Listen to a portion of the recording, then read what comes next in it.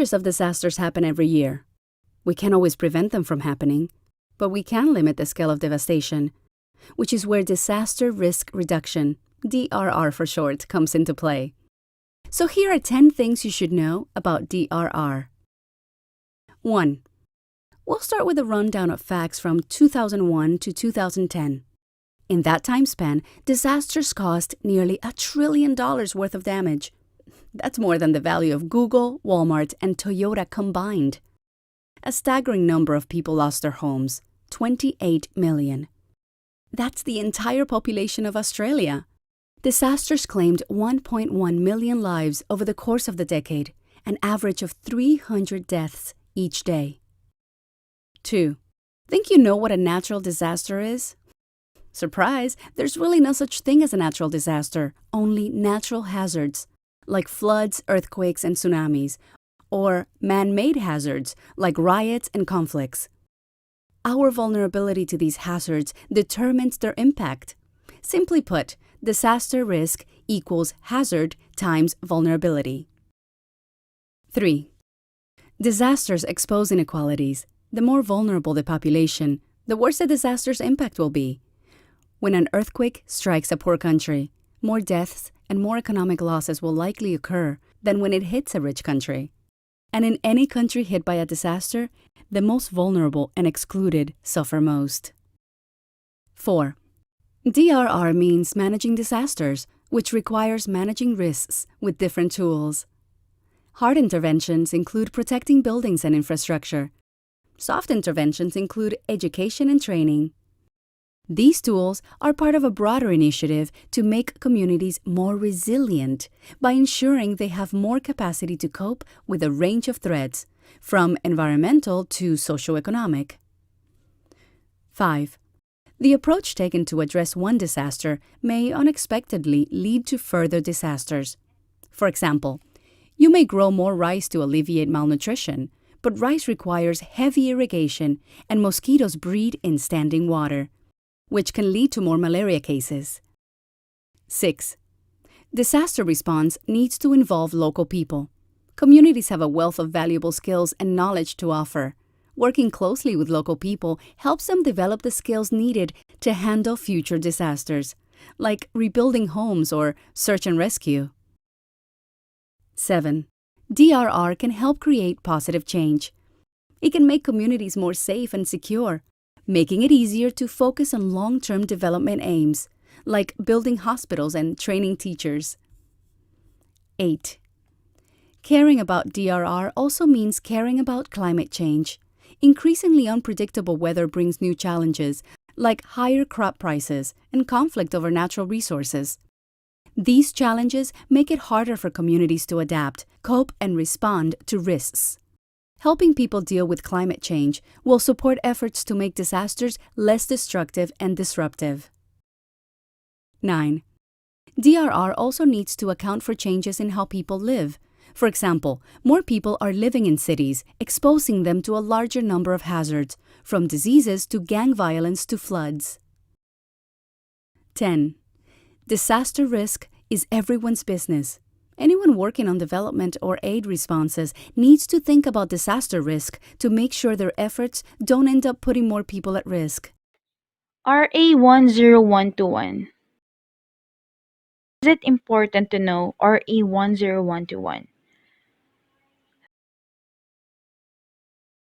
This law requires the government and its citizens to be prepared with disasters, natural and human-induced. As shown in studies, Philippines is ranked second for countries at risk and third in countries exposed with disasters. Since we are close to the Pacific Ocean where most storms are formed, we are also close in the Pacific Ring of Fire area where volcanoes are rampant and an area where most disasters strike. One example of disaster is typhoon.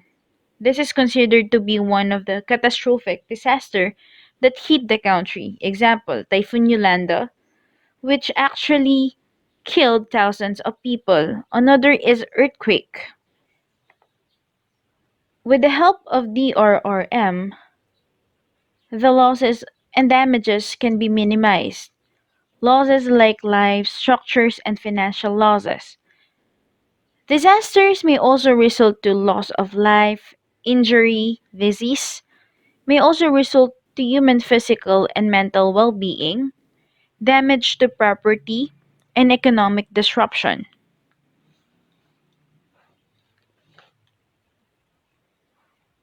So here are the components of DRRM.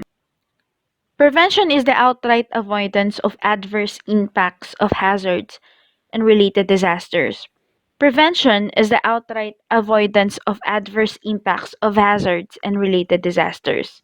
Prevention expresses the concepts and intention to completely avoid potential adverse impacts through action taken in advance. It can be in a form of proper land use or using suitable engineering design. Mitigation. This is the lessening or limitation of the adverse impacts of hazards and related disasters. While the adverse impacts of hazards often cannot be prevented fully, their scale of severity can be substantially lessened by various strategies and actions. Adaptation is the adjustment in natural or human systems in response to the effects of disasters, which moderates harm and exploits beneficial opportunities. Preparedness. This is the knowledge and capacities developed by governments, professional response and recovery organizations, communities, and individuals to effectively anticipate, respond to, and recover from the impacts at likely, imminent, and current hazard events and conditions. So, after the disaster, we have response. Response is the provision of emergency services and public assistance during or immediately after a disaster in order to save lives. This reduces health impacts, ensure public safety, and meet the basic subsistence needs of people affected. Disaster response is predominantly focused on immediate and short-term needs and is sometimes called disaster relief.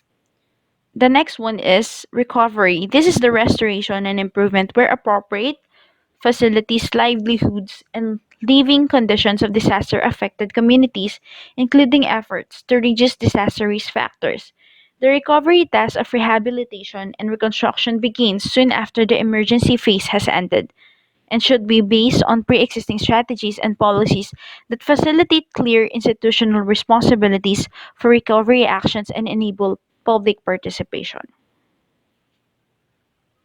7 tips on how to survive natural disasters.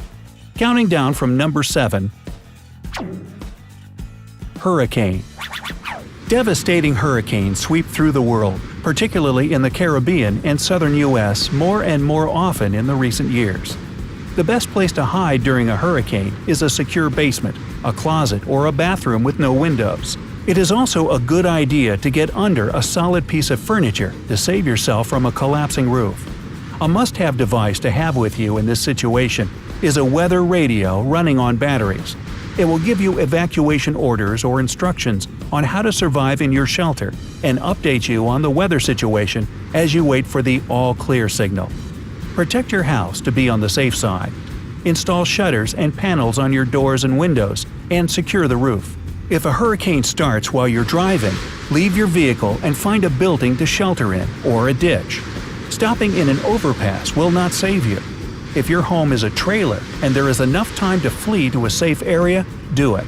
Do not stay in the trailer hoping it will withstand the storm. Number 6. Tornado. Tornadoes swirl at the speed of 300 miles per hour and ruin everything in their way. Once you hear a tornado warning and notice the skies getting darker and darker and the barometric pressure drop, it's time to get into a sturdy shelter. Again, it's a good idea to take a weather radio with you. An underground shelter or a room on the lowest floor is the best place to hide. Stay in the middle of the room, as debris mostly heads for the corners. Protect your head with sofa cushions or your arms. If a tornado starts when you are in a public building, follow the same rules. You want to stay as low as possible. Avoid windows in open spaces such as auditoriums, gyms, and large hallways. Desks and benches can give you some extra protection if you get under them. It is impossible to outrun a tornado. It can easily lift up your car, and driving in weather conditions it brings won't be fast anyway.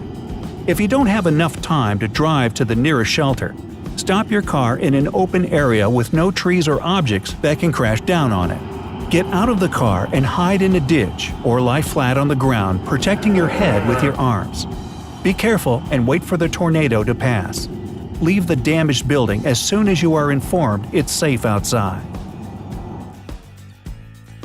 Number 5. Tsunami.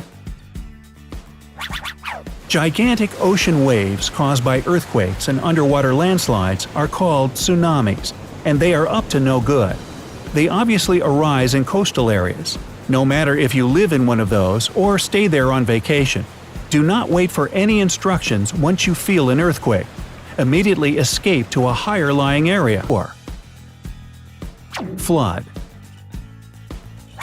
Floods occur more often than any other natural disasters and change the landscape dramatically. Remember New Orleans, Houston, and other low-lying areas? They're usually caused by intense rainfalls, which can be long or even very short. Don't try to be the bravest person around and stay in your house once you hear the evacuation warning. Leave for safer higher grounds with your important papers in a waterproof container. If a flash flood gives you no time to evacuate and the water is all around you, don't try to swim across it. A river with debris in it is way stronger than you. Worst case scenario, when there is no other way but move in the water, try swimming on your back with your arms behind to steer. Number 2. Wildfire. Wildfires, both natural and man-made, spread at an amazing speed and destroy everything in their way. If you find yourself in a wildfire area, it is critically important to ensure that you can breathe. If you fail to do it, you can pass out in the midst of a danger zone. Use a wet cloth to cover your nose and mouth and escape to safety. Upwind of the fire and in a treeless and bushless area is the safest place you can go. The best option is to find any building to hide in. Remember to leave its doors unlocked so that the firefighters can save you if it comes to that. If there are no buildings, but there is water next to you, get in it. Number 1. Earthquake. There are some areas in the world which are more prone to an earthquake than others. You most likely know if you live in one of those areas. John Anderson and Yuichiro Miyata of the University of Nevada singled out the top American states where earthquakes take place most often. They are Alaska, California, and Nevada. However, earthquakes of higher or lower severity can happen just about anywhere. You might not be hurt by the earth shaking itself, but by the things that fall on you. Make sure your TV set and bookshelves are secure on the walls. Heavy furniture also has to stand firmly on the ground. Picture frames and mirrors do not belong right over your head. If an earthquake starts when you are inside, stay where you were. Experts say that during an earthquake, you must drop to the floor, get underneath a table, cover your neck and head with one hand, and hold on with the other. Your entire body must be under a table. Don't try to run out of the building. The exterior of a building is one of the most dangerous places. If you don't have any tables, try to get as low as possible. Protect your head and neck with your hands. If you are outside when disaster starts, stay in an open area, away from anything that can fall on you. Remember, you will need to have enough food, water, and other supplies for at least 72 hours after the disaster. Other supplies include a battery-powered weather radio, flashlight, first aid kit, a whistle, a dust mask, personal sanitation items such as moist towelettes, pliers, can opener for food, maps of your area, and an emergency cell phone with backup batteries.